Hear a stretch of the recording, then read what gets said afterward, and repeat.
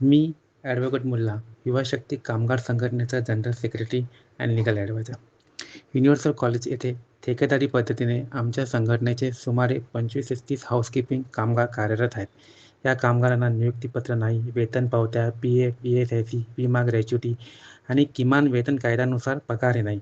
या कारणास्तव आम्ही 25 फेब्रुवारी 2026 रोजी कामगार आयुक्त कार्यालयात सुनावणी निश्चित केली आहे.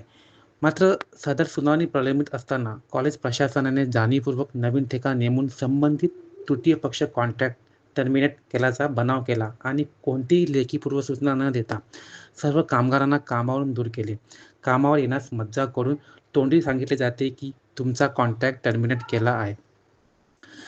इथे महत्त्वाचं असं आहे की सुनावणी सुरू असताना जाणीवपूर्वक नवीन कॉन्ट्रॅक्ट नियुक्त करणे आणि विद्यमान कामगारांना दूर करणे ही पूर्णपणे मालकाकडून केली जाणारी अनफेअर लेबर प्रॅक्टिसेस आहे आणि जी अनफेअर लेबर प्रॅक्टिसेस युनिव्हर्सल कॉलेजमार्फत सध्या सुरू आहे.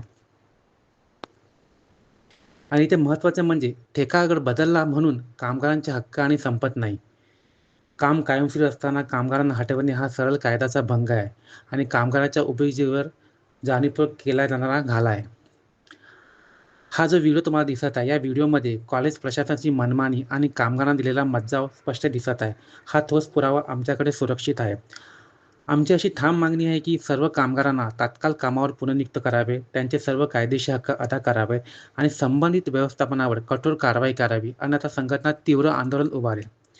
युवा शक्ती कामगार संघटना कामगारांच्या न्यायासाठी शेवटपर्यंत लढेल. धन्यवाद.